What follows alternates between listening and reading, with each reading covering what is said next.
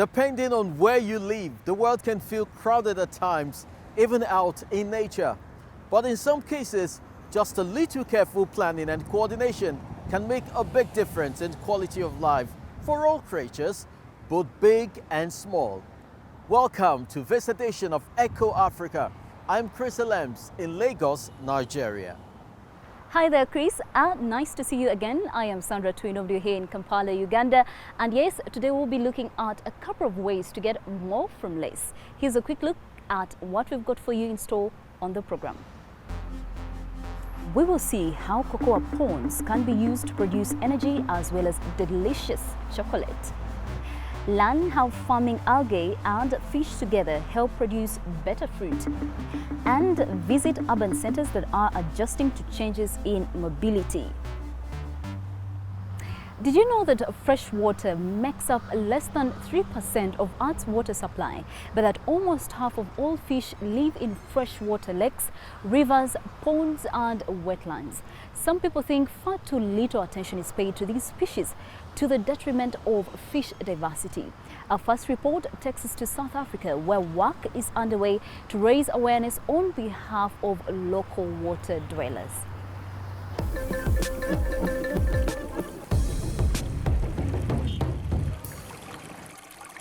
On a mission with a wetsuit and an underwater camera, marine biologist Jeremy Shelton from Cape Town wants to bring people closer to the fascinating world of freshwater fish and warn them of the risk of losing all this.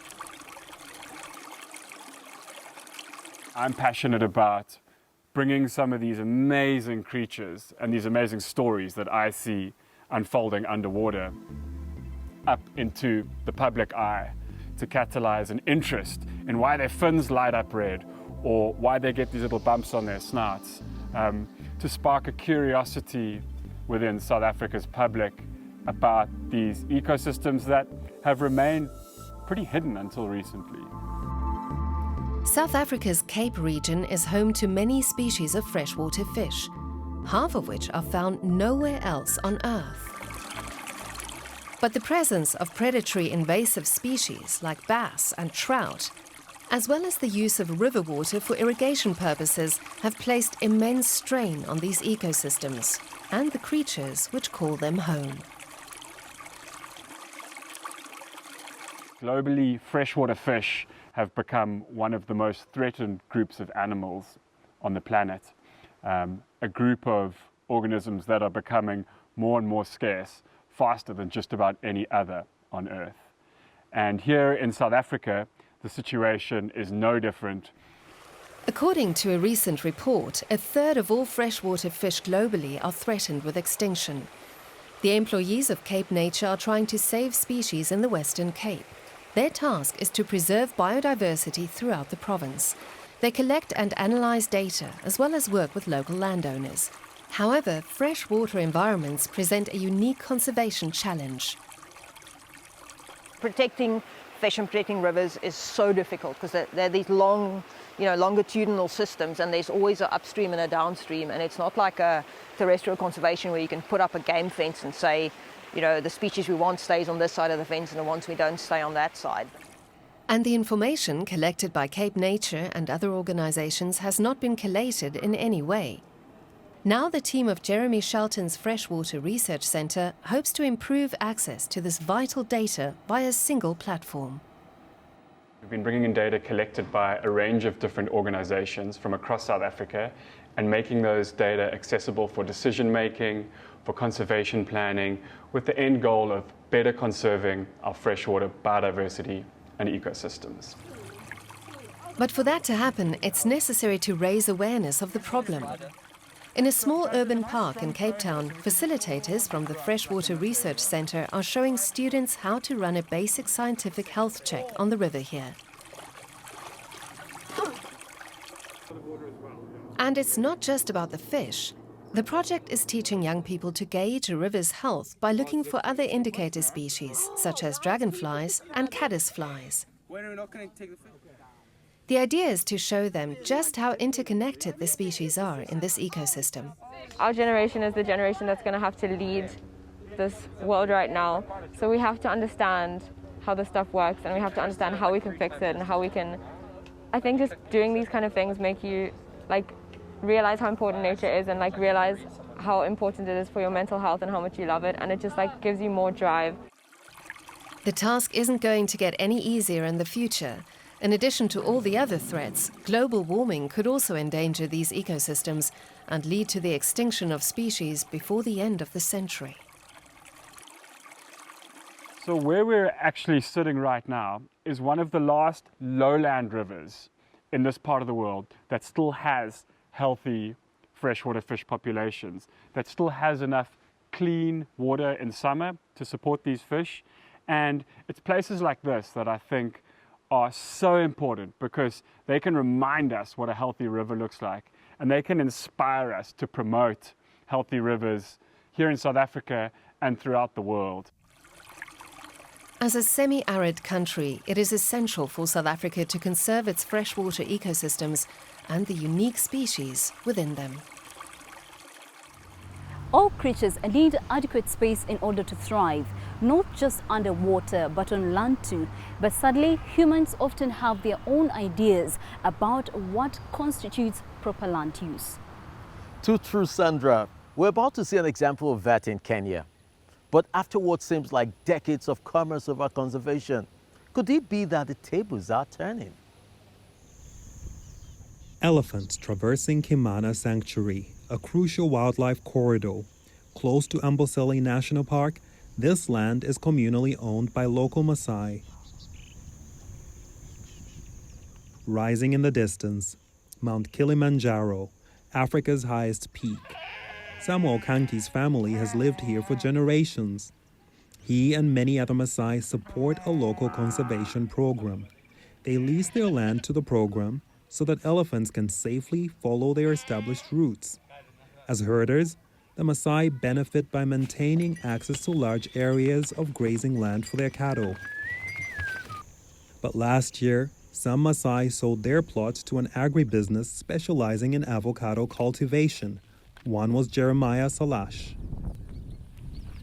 It's our right to do farming on our own, instead of leasing this agricultural land to conservation people, because they are paying peanuts. How can you imagine the parcel of 60 acres of land, a person per year, you are going to be paid around 20,000, and you have a family. You want to educate your children, healthcare, and other necessities of human basic needs. So if you do agriculture, you can make a lot of money. But avocado farming requires a huge amount of water. Critics warn it could upset the balance of the local ecosystem and deprive the Maasai, their livestock, and wildlife of the water they rely on. Crop farming will only benefit a few people. It will only benefit rich companies like Kiliavo that are worth billions. They can afford to purchase avocado seeds worth 20 million Kenyan shillings, unlike the Maasai who can barely afford to drill a borehole. Kenya's environmental agency has since intervened and pulled the agribusiness's license. And while the company has challenged the decision, conservationists say such cultivation could be devastating. The greatest danger of having this farm is that we set a precedence, that there's another farm that will come up closer to the same. And the moment that corridor is closed, you just count elephant extinction in Amboseli, and most probably Kenya. But it may never come to that. The company's lawsuit has been rejected. Relief for the conservationists. This corridor is very, very important, and the ruling therein is very beneficial and important to all of us.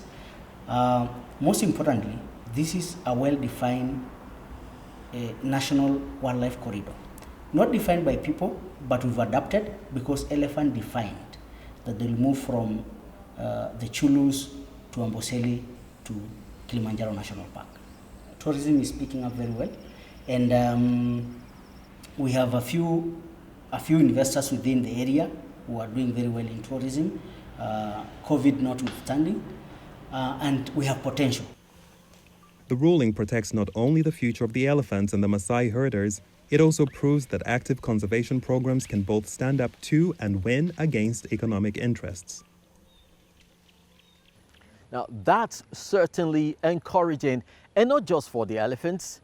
there are plenty of people who are also keen to keep pathways open and flowing in cities too. They believe urban mobility could be more efficient, more sustainable and certainly healthier. Our next report comes from the German capital, Berlin. Their vehicles may vary in form and color, but these multi-wheeled demonstrators in Berlin have a common goal. They're calling for more car-free cycling routes, more pedestrian zones, and generally fewer cars in the city. I think there's enough infrastructure for motorized transport. What we need is to make more provision for cyclists. We need to fight for a greener Berlin. The Berlin government has adopted some new transport policies in recent years, adding cycle lanes and converting some streets into bike and pedestrian zones. But some activists say it's not enough to improve the quality of air and life. They organized a petition to allow Berliners themselves to decide the future of city center traffic in a referendum. All the tens of thousands of people who live here could have a say in developments. In addition to things being much quieter and greener and more pleasant, it would also be a public space that people could use, and not just jammed full of cars. In many parts of the world, urban centers are already being transformed. The increase in online shopping in recent years has led to a drop in business for many retail stores, a trend exacerbated by the pandemic. A lot of commercial space and parking lots now stand empty. That's prompted architects to reimagine urban planning and mobility. It's important to cater to both living and working in the city. That's the only way to reduce the amount of commuter traffic. This former department store in the center of one German city was converted into an apartment building with shops, comprising a pedestrian-friendly zone. And in Berlin, this building was likewise designed for people who don't use cars. It has shops, studios for artists, apartments, and offices too, all designed for living and working under one roof.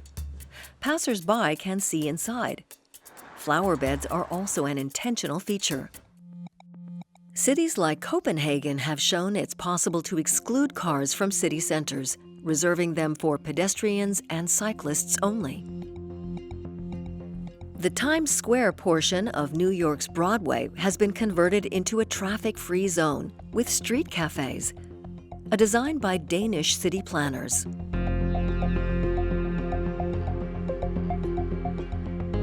And Paris wants to plant hundreds of trees on the Champs-Élysées and around the Arc de Triomphe, while also taming traffic. There's still a long way to go for Berlin, but activists there do have some clear goals. What we want to do is we want to create the world's largest auto-reduced area in the world. So that's 85 square kilometers. And really, it's about asking people what they want to do. Environmentalists are also fighting plans for a highway running through the city to be extended, because that would take the city a step backwards rather than forwards. Sticking with urban mobility, car sharing was hailed as a step in the right direction when it was first introduced on the larger scale not so very long ago. Now, a group of people in another German city have picked up the idea and taken it to an even more eco-friendly level. Here is this week's Doing Your Bits.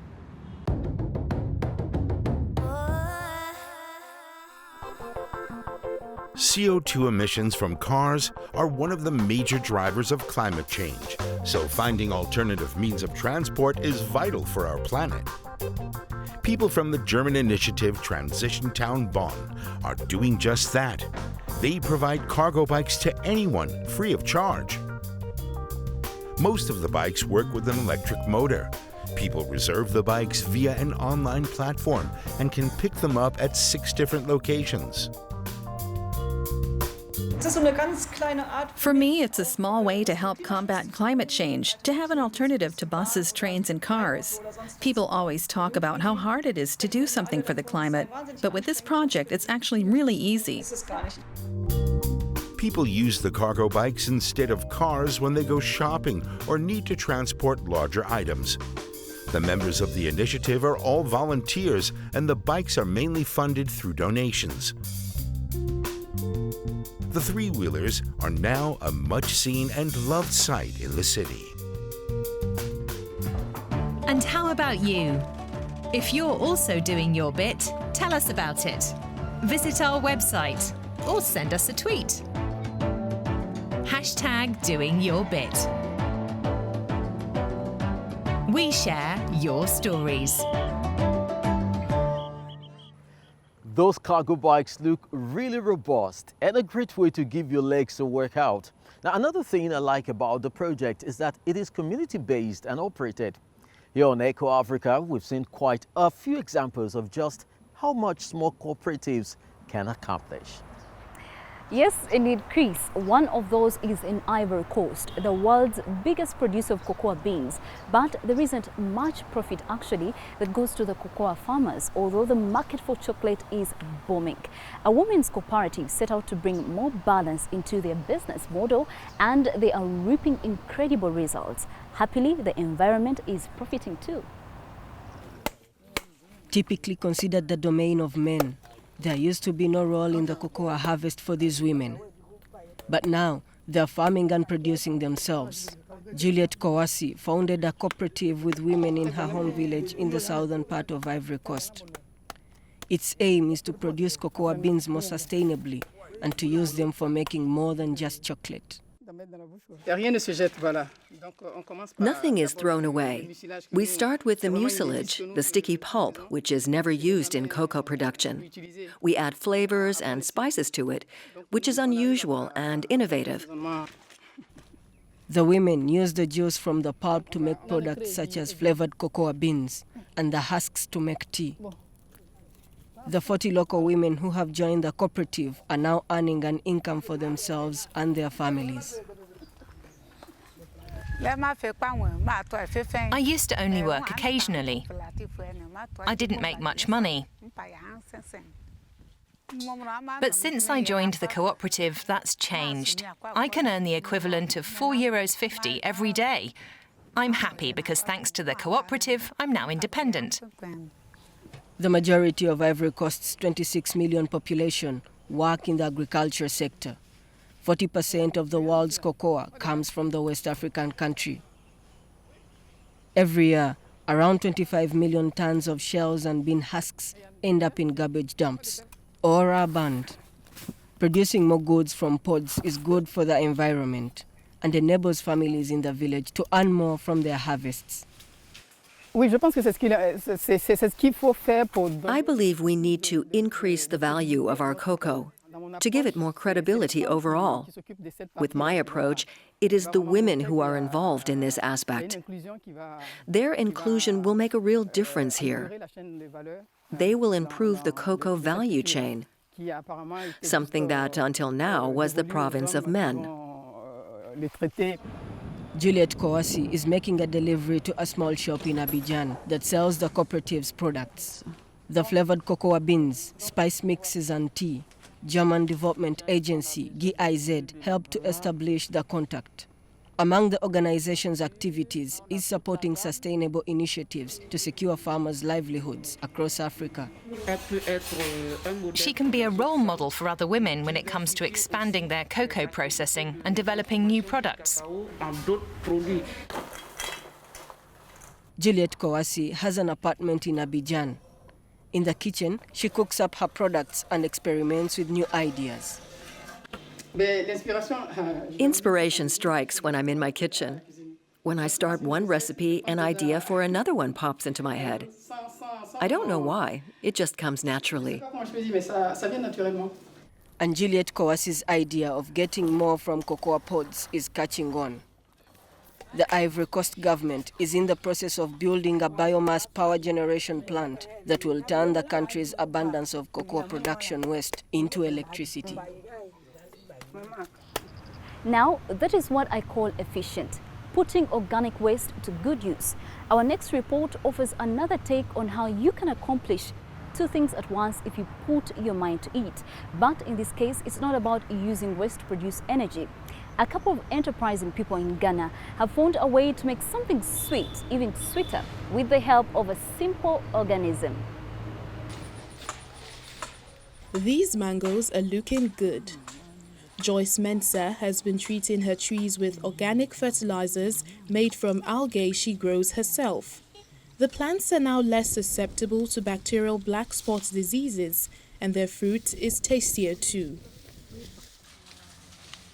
Changing the fertilizers to algae water, we see that is good, and it gives us much more fruits and much more healthy ones, because we are no more using the chemicals.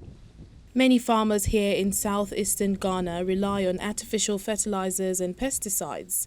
So did Joyce Mensah, until she heard about an eco-aquaponics system developed in the Volta region by two West African entrepreneurs. Each of the 24 pools on their farm contains its own small ecosystem. These aquatic plants are plants that the fish know from nature, so they consume them voraciously, and they are very healthy. Now, it's significant, the part about the aquatic plants, because that is what makes the algae that we produce unique and powerful, because these aquatic plants provide the base nutrient from which the algae is cultivated. The pools serve a dual purpose: to grow algae for fertilizer and raise fish for food. And Frederick Kamper says the water's clean. I really don't have a problem drinking it.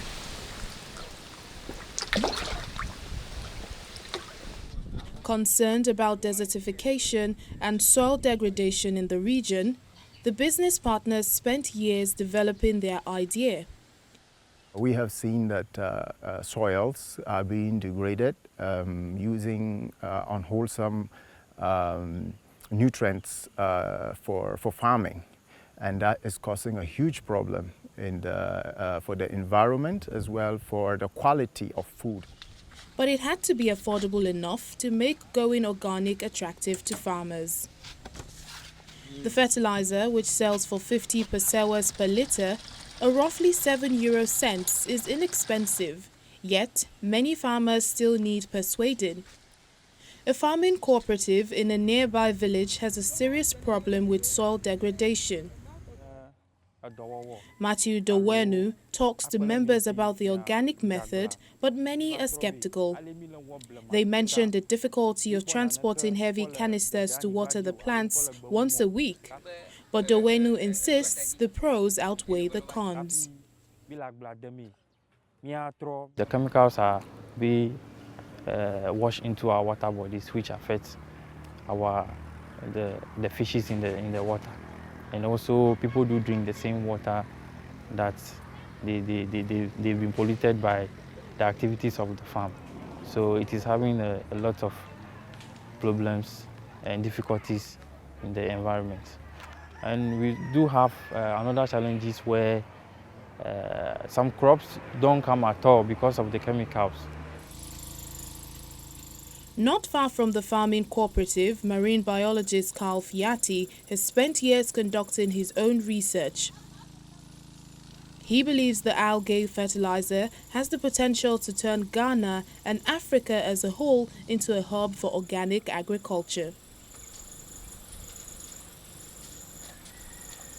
Production of algae that is integrated with fish is a very cost-effective way of producing cheap and ready available fertilizer for crop production.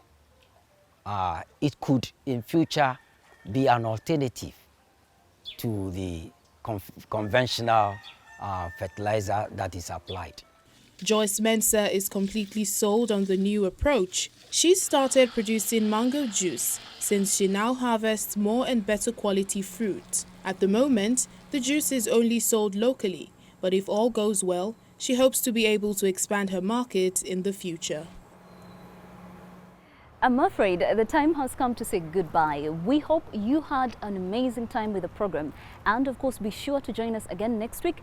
For now, I am Sandra Twinovideo here in Kampala, Uganda. Do take care and see you soon.